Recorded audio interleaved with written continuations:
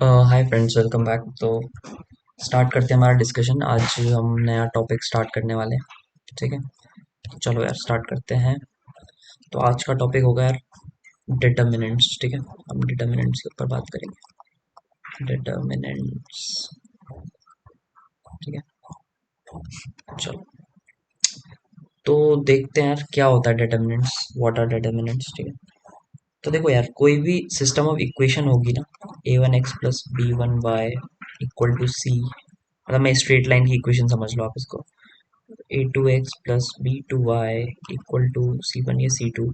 ठीक है, तो देखो इनका बिहेवियर कैसा होगा। लेट्स से ये दोनों लाइंस ऐसी होंगी, या ये पैरेलल होंगी, या ये कोइंसाइडिंग भी हो सकती है एक के ऊपर एक। ठीक है, तो इनका बिहेवियर कैसा होगा ये पता लगाने के लिए देखो इस इक्वेशन को हम ऐसे रिड्यूस करते हैं।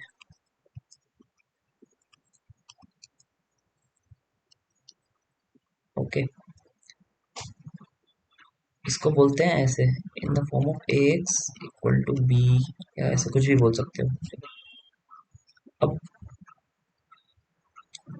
ठीक है, अब इसमें ये जो टर्म है ना, ये a1 a2 b1 b2, ठीक है, इसका जो एब्सोल्यूट वैल्यू होगी उसको डिटर्मिनेंट से रिप्रेजेंट करते हैं। Let's say if this is a, तो डिटर्मिनेंट ऑफ ए होगा a1 b2 minus a2 b1। मतलब इसमें से इसको मल्टीप्लाई किया माइनस इसमें इसको मल्टीप्लाई किया, ठीक है, और इसमें से इसको सब्ट्रैक्ट कर दिया। ये मेरा डिटर्मिनेंट ऑफ ए होता है।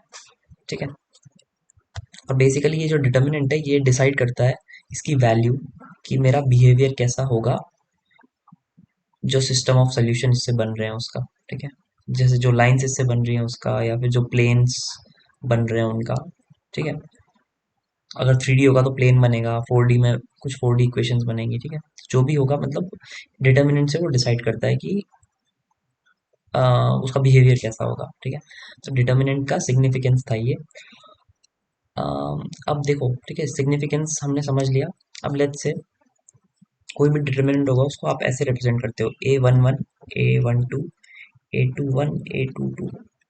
3 का होगा तो सिमिलरली 1 मतलब होता है आई एथ रो, जैसे ए आई जे है अगर, तो आई एथ रो जेथ कॉलम, जैसे ये फर्स्ट रो फर्स्ट कॉलम का एलिमेंट है तो इसलिए 1 1। ये फर्स्ट रो और सेकंड कॉलम है, ये रो होती है ना, और ये कॉलम्स होते हैं, C1 C2, और ये रोज हैं। तो फर्स्ट रो का सेकंड कॉलम, इसलिए RA12, पहले आएगा रो फिर आएगा कॉलम। ठीक है, तो इसको रिप्रेजेंट करने का तरीका हो गया। इसकी वैल्यू निकालना मैंने बता दिया। ये तो 2D की वैल्यू आई। ठीक है, 3D, जब 3 डायमेंशन वाली मैट्रिक्स होगी, A11 A12 A13 A21 A22 A23 A31 A32 A33। ठीक है, तो इसकी वैल्यू कैसे निकालेंगे वो मैं बता देता हूँ आपको। ठीक है, देखो इसके दो तरीके होते हैं इसकी वैल्यू निकालने के। एक तो होता है, एक जनरल तरीका बताता हूँ, ये होता है A11 C11 plus A22 C22 plus, मतलब ये सारे जितने भी है ना, सॉरी ए मेरे को 1 2 लिखना था, C12 A13 C13 एंड ऐसे सॉन A33 C33 तक। एक तरीका तो ये होगा, ठीक है, इसकी वैल्यू निकालने का, इसकी डिटर्मिनेंट की, डिटर्मिनेंट ऑफ ए।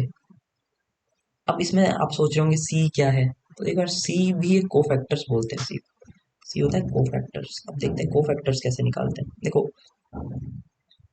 कोफैक्टर के लिए समझना पड़ेगा माइनर्स कैसे निकालते हैं, क्योंकि कोफैक्टर्स निकलेंगे माइनर्स से।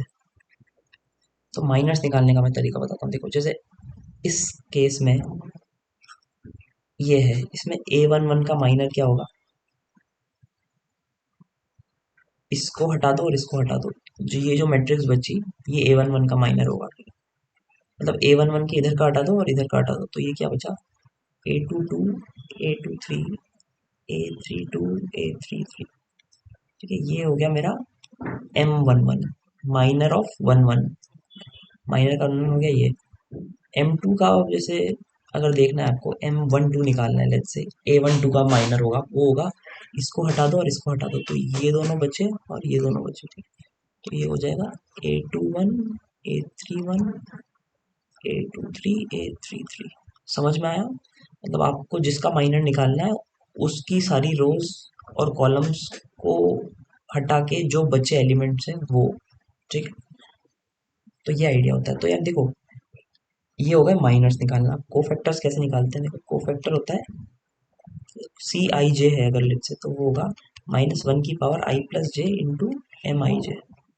ये मेरा कोफैक्टर हो गया, कोफैक्टर, ठीक है। आई होप आपको समझ में आया होगा। बेसिकली M11 है, M12 है, ठीक है। ये सब आप देख लेना एक बार वीडियो को फिर से बैक करके। तो ये चीज़ें हैं। तो पहला तरीका तो हो गया यार ये, कि आपको डिटर्मिनेंट की वैल्यू निकालनी है तो आपको कोफैक्टर्स इससे निकाल लोगे और फिर आप उसकी वैल्यू निकाल लोगे। A11 तो हमें पता ही है, जो ये है, ये तो दिया होगा मतलब हम, तो आप उसकी वैल्यू निकाल लोगे डिटर्मिनेंट ऑफ ए की। या एक दूसरा तरीका होता है, इसको बोलते हैं सैरिस रूल। ये थोड़ा बेटर तरीका है, मतलब फास्ट है ये। देखो, लेट्स से मैं एक लिख लेता हूँ A11 A12 A13 A21 A22 A23 A31 A32 और A33, ठीक है। ये मेरी एक मैट्रिक्स हो गई। अब इसका मुझे डिटर्मिनेंट निकालना है, अगर इसको मैट्रिक्स बोलते हैं, ठीक है। फिर इसका डिटर्मिनेंट निकलता है। तो डिटर्मिनेंट ऑफ ए निकालने का एक रूल है, A11 A12 A13, ठीक है। और फिर से A11 A12, मतलब इस साइकिल को फिर से चला दो, फिर A11 यहाँ तक, ठीक है। सिमिलरली A21 A22 A23 और A21 और A22 को फिर से चला दो, ठीक है।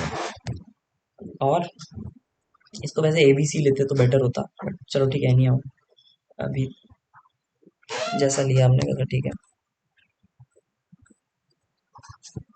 और इधर होगा A31 A32 A33, फिर से A31 और A32, ठीक है। अब क्या कहता है सरस रूल, इन तीनों को मल्टीप्लाई करोगे, इन तीनों को मल्टीप्लाई करोगे, इन तीनों को मल्टीप्लाई करोगे, माइनस इन तीनों को मल्टीप्लाई, जो मैं रेड कर देता हूँ, इन तीनों को मल्टीप्लाई माइनस इन तीनों को मल्टीप्लाई माइनस इन तीनों को मल्टीप्लाई। तो अल्टीमेटली जो वैल्यू आएगी वो बता देता हूँ।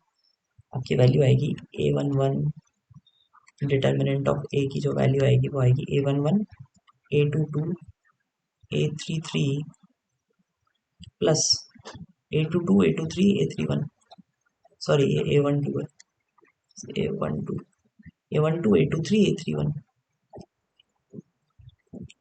Plus A13 A21 A32 minus, अब ये तीनों माइनस हो गए, माइनस, ये माइनस में आई पूरी चीज़, ठीक है। अब मैं लिखता हूँ A31 A22 A13 plus A32 A23 A11, ये वाली, अब ये लास्ट, प्लस A33 A21 और A12, ठीक है। तो ये मेरा डिटर्मिनेंट हो जाएगा।